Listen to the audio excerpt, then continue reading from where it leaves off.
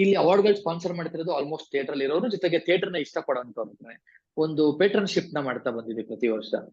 ಉದಾಹರಣೆ ಕೊಡ್ಬೇಕಾದ್ರೆ B Suresh sir ಏನಿದ್ದಾರೆ ರಂಗ ನಿರ್ದೇಶಕರು, ಅವರು ಒಂದು ಅವಾರ್ಡ್ ನ ಪೇಟ್ರನ್ಶಿಪ್ ಮಾಡ್ತಾರೆ, ಅವ್ರು ಸ್ಪಾನ್ಸರ್ ಮಾಡ್ತಾರೆ.